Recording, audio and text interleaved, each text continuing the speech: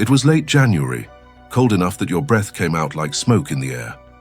Mark sat in his old Chevy parked outside the warehouse gates, staring at the piece of paper in his hands. Temporary layoff, it said. 2 words that hit harder than any punch he'd ever taken. He felt numb, like his body had forgotten how to move. After 8 years of clocking in before sunrise and clocking out long after dark, they said they didn't have enough work right now. He started the engine, but he didn't drive. He just sat there, watching men in heavy coats walk past, some looking nervous, some angry. Mark didn't even have the energy to be either. His hands shook on the steering wheel. Rent was due in 12 days.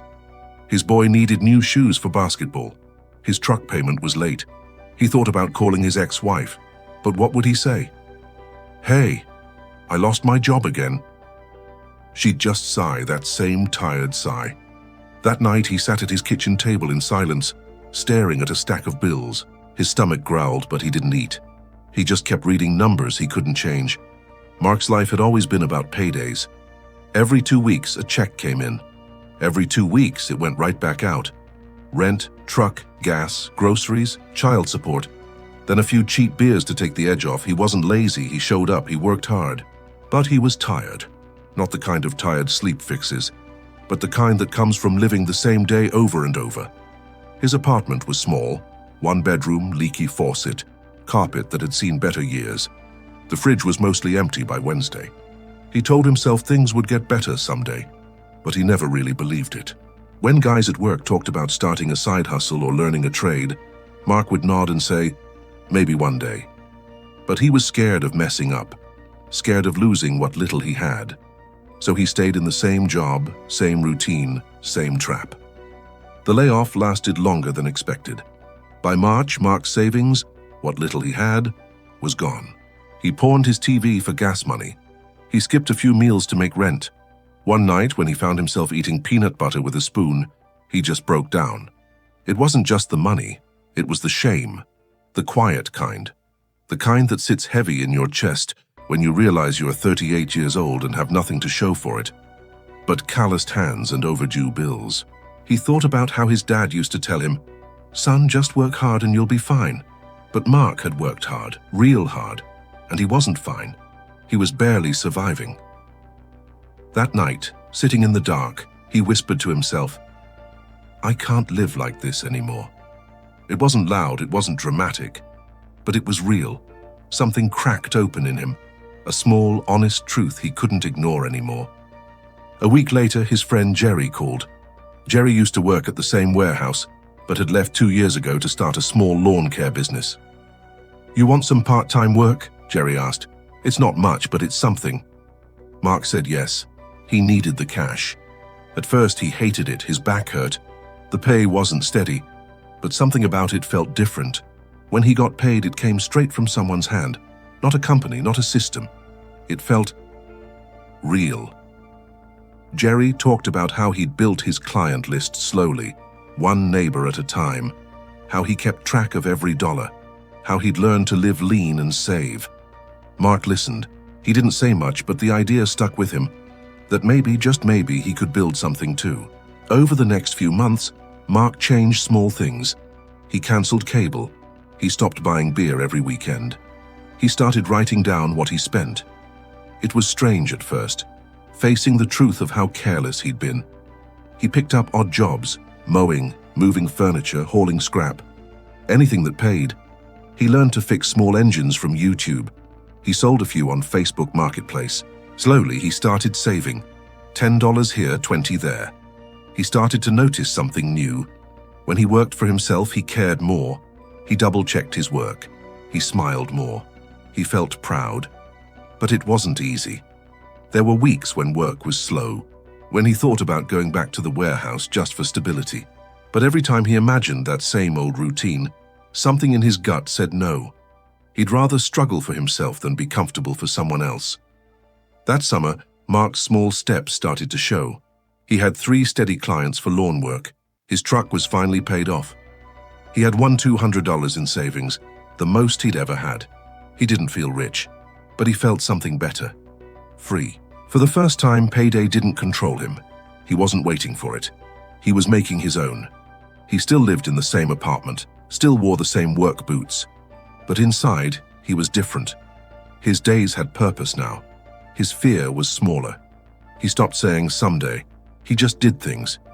One evening, he sat at the same kitchen table where he'd once cried over bills. He opened his notebook, the one where he tracked every job, every dollar, and smiled. It wasn't fancy, it wasn't much, but it was his. A year later, Mark wasn't just getting by. He was planning. He had a list of goals on his fridge. Buy better equipment, save for a house, help his boy with college. He wasn't perfect. He still had slow months. But he learned something most people never do. Waiting for the right time keeps you stuck. Acting even when scared sets you free. One night, his son came over for dinner. They sat on the couch eating cheap pizza, laughing about old memories. His boy said, "Dad, you seem happier lately." Mark just nodded. He didn't know how to explain it. But he felt it deep. That quiet kind of peace that comes when you finally take control of your own life. He wasn't living for payday anymore. He was living for something bigger. Most people don't realize they're trapped until the money stops coming in. That's how it was for Mark. Like many folks, he thought as long as he had a paycheck, he was safe. But a paycheck isn't safety. It's a short rope tied to someone else's decisions. Mark's story shows what happens when a person finally faces the truth, that waiting for security is what keeps you stuck. He didn't need a bigger income at first. He needed a different way of thinking. When he stopped believing the paycheck would save him, he started saving himself. The first thing worth noticing is how fear ran his life. He wasn't lazy. He just lived scared. Scared of risk, scared of failure, scared of change. He stayed at that warehouse because it felt safe. But real safety doesn't come from a job. It comes from being useful in more than one way. Most people are afraid to admit that. They tell themselves they're lucky to have steady work, but deep down, they feel stuck. They know they're not building anything. Fear keeps people quiet. It tells them, don't try, you'll lose what little you have. But what Mark learned is that staying the same can cost you more than trying ever will. When you take small steps, like he did with lawn jobs and fixing engines, you start building real strength. You learn what you can do without someone else telling you your worth.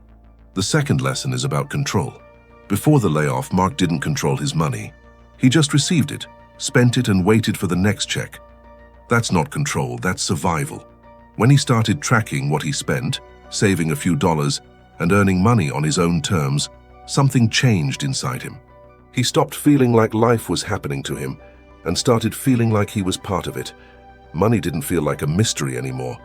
It was just a tool. When you understand where every dollar goes, you stop feeling powerless. Control doesn't mean having a lot. It means knowing what you have and using it with care. That's something anyone can start doing, right where they are. You don't need a new job or a lucky break. You just need to pay attention. The third lesson is that progress is slow, but it's still progress. Mark didn't turn rich overnight. He didn't post his success online or brag about it. He worked quietly. He made small moves. And that's how real change happens. One quiet, unexciting step at a time. Most people give up because the first steps don't feel big enough. But that's the trick. They're not supposed to. They're supposed to teach you patience, discipline, and the simple truth that small changes stack up. Mark learned to live lean, fix his mistakes, and keep going even when it was hard. That's what freedom looks like. Not comfort, not ease, but steady movement towards something that belongs to you. The last lesson is about respect, self-respect. For years, Mark worked hard, but he didn't respect his own effort. He gave all his energy to a system that could drop him any time.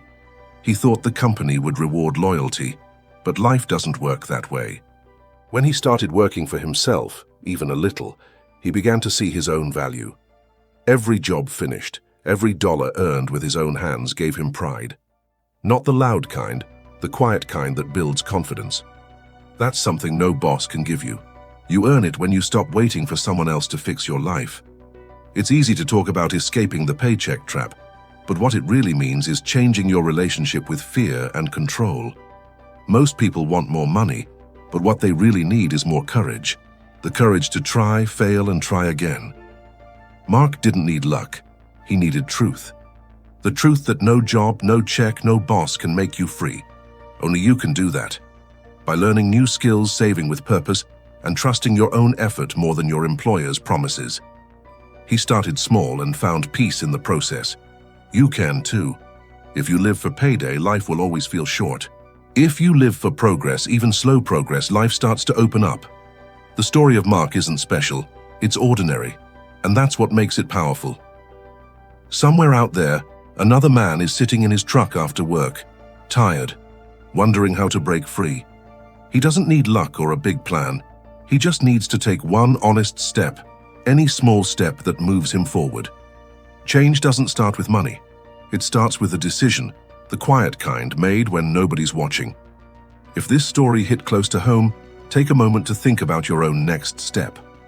And if you want more stories like this, real stories about ordinary people learning to build a better life, go ahead and subscribe to the channel. Leave a comment if you've ever felt stuck like Mark, or share this with someone who might need a little hope today. That's how small changes begin, one honest story at a time.